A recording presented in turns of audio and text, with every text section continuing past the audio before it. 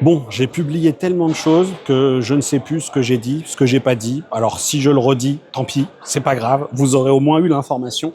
J'ai dû parler de la télécommande. Voilà, j'ai dû dire oh là là, grosse régression en matière de design, c'est pas foufou, c'est pas génial, ça fait très chiche. Ouais, bah pour le coup, en fait, ça sera pas la télécommande finale, puisque de toute façon, on est encore ici pour pas mal de produits sur des prototypes. On n'est pas encore sur de la mass prod. Je vous le rappelle, ici, on a ce Z85C qui sera donc l'OLED d'entrée de gamme.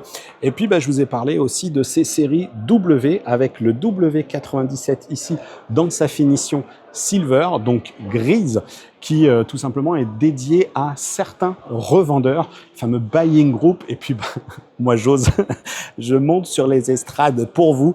Donc, ce W97 ici, donc qui est du LCD, mini LED, pas plus d'informations pour l'instant que cela sur la logique de puissance lumineuse, nombre de diodes, nombre de zones, etc. Mais on sait qu'il a cette dalle mat glare free ultra, donc qui n'est pas la dalle mat du Max qui est quelque part là-haut en QLED. Et il y a des petites choses déjà qui ont commencé à attirer mon attention. Je vous parle pas de la couleur grise. Là déjà, vous pouvez me dire ce que vous en pensez hein. Sur ce coloris gris, vous aimez pas. De toute façon, ce sera consacré à certains revendeurs. Pour les autres, ce sera du noir comme ici. Et donc cette gamme mini LED, ce qui est plutôt sympa, c'est que dans ce nouveau partenariat avec ces acteurs chinois, eh bien Panasonic peut désormais proposer de la très très grande taille. Et on va avoir comme ça des conceptions. Je sais pas ce que vous en pensez du caisson de basse à l'arrière. Est-ce que c'est très Panasonic Design Compliant ça? N'hésitez pas, exprimez-vous.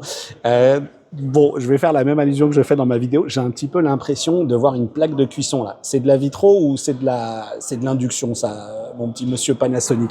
Bon, voilà, exprimez-vous, dites-moi. Dans la partie basse, on a quand même la suite du système audio qui est intégré. Vous le voyez, ça parcourt comme ça tout le long du TV avec les haut-parleurs, donc qui vont être du coup dirigés vers l'arrière du TV, se refléter sur le mur, et une partie de l'audio va tout simplement, eh bien, oh, c'est pas très élégant comme pose ça, hein, mais en même temps c'est le choix d'utiliser la double caméra, va être, voilà, une partie de l'audio va ressortir ici par cet évent. On n'est pas sur un téléviseur LCD mini LED extrêmement fin, c'est le moins qu'on puisse dire. Et là, vous savez quoi?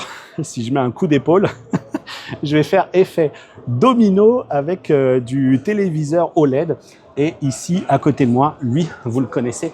Regardez, on le reconnaît, on l'identifie très facilement à son système audio Technics qui est ici intégré. Mais Technics, c'est peut-être de l'histoire ancienne chez Panasonic. Il va falloir suivre pour savoir s'ils pourront réutiliser ces systèmes audio.